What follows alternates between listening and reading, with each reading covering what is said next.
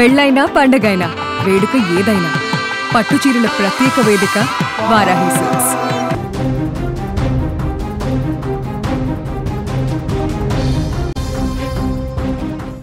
Breaking news చూస్తున్నాం. రైతులకు తెలంగాణ ప్రభుత్వం గుడ్ న్యూస్ చెప్పింది. ఈ నెలాఖరులోగా రైతు భరోసా నిధులు విడుదల చేయబోతున్నారు. మరో 15 నుంచి 15 రోజుల్లో పెట్టుబడి సాయం కింద ప్రభుత్వం ఇవ్వబోతోంది. స్థానిక ఎన్నికలకు ముందే పంపిణీకి కసరత్తు చేస్తోంది ప్రభుత్వం. 4,000 కోట్ల రుణం కోసం ఆర్బీఐకి ఇండెంట్ ఇచ్చినట్లుగా కూడా మనకి సమాచారం అందుతోంది. రైతులకు తెలంగాణ సర్కార్ త్వరలో మరో గుడ్ న్యూస్ చెప్పేందుకు రంగం సిద్ధం చేసుకుంది. రైతు భరోసా పెట్టుబడి సాయం మరో 15 నుంచి 15 రోజుల్లో పంపిణీ చేసేందుకు సిద్ధమైనట్లుగా తెలుస్తోంది. జూలై నెలలో స్థానిక సంస్థల ఎన్నికలు నిర్వహించేందుకు సిద్ధమవుతున్న రాష్ట్ర ప్రభుత్వం ఆలోపే రైతు భరోసా పంపిణీని పూర్తి చేయాలని కూడా భావిస్తోంది. రైతుల ఖాతాల్లో వానాకాలం రైతు భరోసా జమ చేసిన తర్వాతే స్థానిక ఎన్నికల నగారా మోగించనుంది.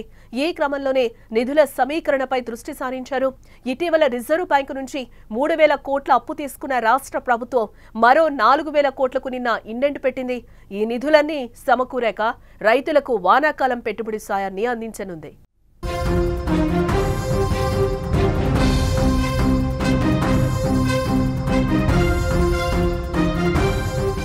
రాష్ట్రంలో 1.5 ఎకరాల సాగు భూమి ఉన్నట్లుగా రికార్డులో ఉంది. గత ప్రభుత్వం రైతు బంధు పథకం కింద ఎకరాకు 5,000 రూపాయల చొప్పున పంపిణీ చేయగా ప్రతి సీజన్కు సుమారుగా 7,500 కోట్లు అవసరమయ్యేవి. ప్రస్తుత కాంగ్రెస్ ప్రభుత్వం గత యాసంగి అంటే 2024-25 సీజన్లో పథకం పేరును రైతు భరోసాగా మార్చి 2023-24 యాసంగి సీజన్లో 1.52 కోట్ల ఎకరాలకు 7,625 కోట్లు పంపిణీ చేసింది. రైతు బంధును ప్రక్షాళన చేసి కొత్త మార్గదర్శకాలు జారీ చేసేందుకు సమయం పడుతుందంటూ 2024-25 వానాకాలం సీజన్లో రైతు భరోసా ఇవ్వలేదు. ఆ తర్వాత మొన్నటి యాసంగి సీజన్లో 57 లక్షల మంది రైతులకు చెందిన 84 లక్షల ఎకరాలకు 5,058 కోట్లు మాత్రమే పంపిణీ చేసింది.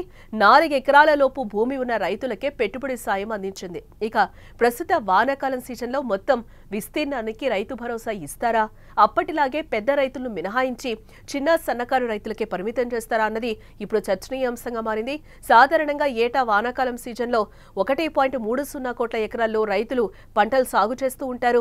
మరో 20 లక్షల ఎకరాలు వ్యవసాయ భూముల జాబితాలో ఉన్నప్పటికీ సాగుకు యోగ్యంగా లేవు. దీంతో ఈ 20 లక్షల ఎకరాలను రైతు భరోసా నుంచి మినహాయించే అవకాశాలు కూడా ఉన్నట్లుగా తెలుస్తోంది.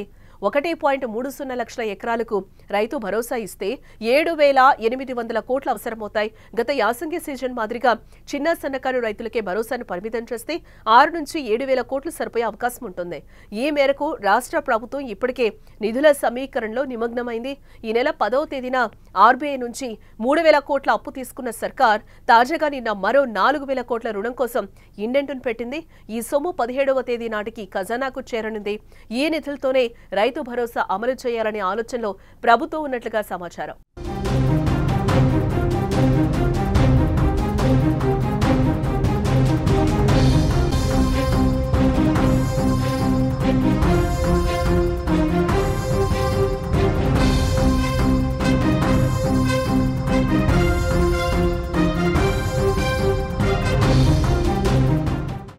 రాష్ట్రంలో స్థానిక ఎన్నికలు కూడా వాయిదా పడుతూ వస్తున్నాయి.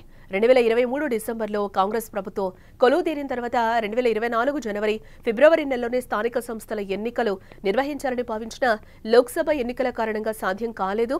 ఆ తర్వాత కులగణన చేపట్టాలని, జనాభాలో ఎవరి వాటా ఎంతో తేలిన తర్వాతే స్థానిక ఎన్నికలకు వెళ్లాలని ప్రభుత్వం నిర్ణయించడంతో ఆలస్యమైంది. ఎట్టకేలకు వచ్చే నెలలో స్థానిక ఎన్నికలు నిర్వహించాలని భావిస్తున్న ప్రభుత్వం ఆలోపే ఒక కీలక పథకాన్ని అమలు చేయాలనే ఆలోచనలో ఉన్నట్లుగా సమాచారం. వానాకాలం సీజన్ ప్రారంభమైన నేపథ్యంలో రైతు భరోసా నిధులను రైతుల ఖాతాల్లో వేశాక ఎన్నికలకు వెళ్తే బాగుంటుందని రేవంత్ సర్కార్ భావిస్తున్నట్లుగా తెలుస్తోంది. ఇందులో భాగంగానే ఈ నెల చివరిలోపు రైతు భరోసా కార్యక్రమాన్ని పూర్తి చేయాలని భావిస్తోంది ప్రభుత్వం.